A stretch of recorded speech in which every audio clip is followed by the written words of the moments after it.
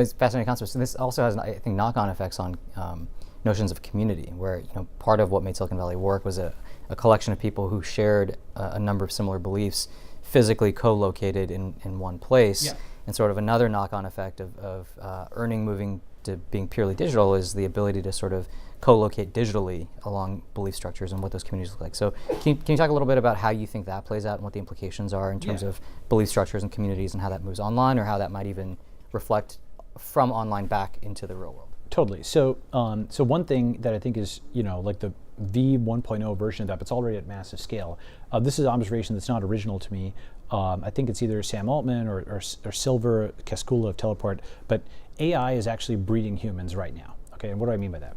The matching algorithms on Tinder, right? The recommendation algorithms on Twitter, on Facebook, etc., are putting people of similar interests together and are responsible for a very large percentage of modern couples, right? Like, the Washington Post had an article from a little while ago which showed that the percentage of people who met their partner online is the majority across, like, everything else is down. Church is down, restaurants are down, bars are down, family is down, friends are down, the internet is up, taking share away from everything else, right? So, and then what's up is basically these matching algorithms, right? So AI is already breeding humans, and what I think about when I think about that is the Russian Siberian fox experiment. Okay, so what is that? So actually, very, very important experiment in biology. If you haven't heard of it, so there's a Russian guy in the 40s or 50s, and he wanted to see whether like what could be done with animal breeding in like one generation.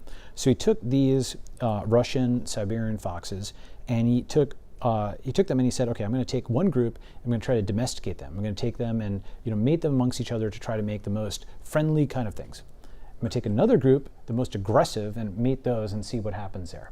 Okay, so something remarkable happened. Within just a few generations of dog years, right? Like a few dog generations, the foxes that were mated for like domestic kind of behavior, their ears started to become floppy. They started to bark like dogs, which foxes don't do. And he essentially like reconstructed like the millennia-long process of dog domestication in like a few generations, right? And these foxes would lick their hand and would eat like sugar offered to them and would basically become tame, right? Then conversely, the ones that he bred for aggression were like slavering nightmare creatures that would like, you can see videos of this stuff, by the way, online. Like they'd bite the glass or whatever. They're like Insanity Wolf from Reddit, if you know that.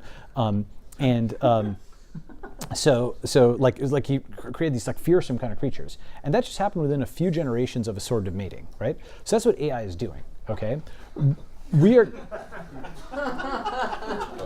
right. Yeah, we are basically.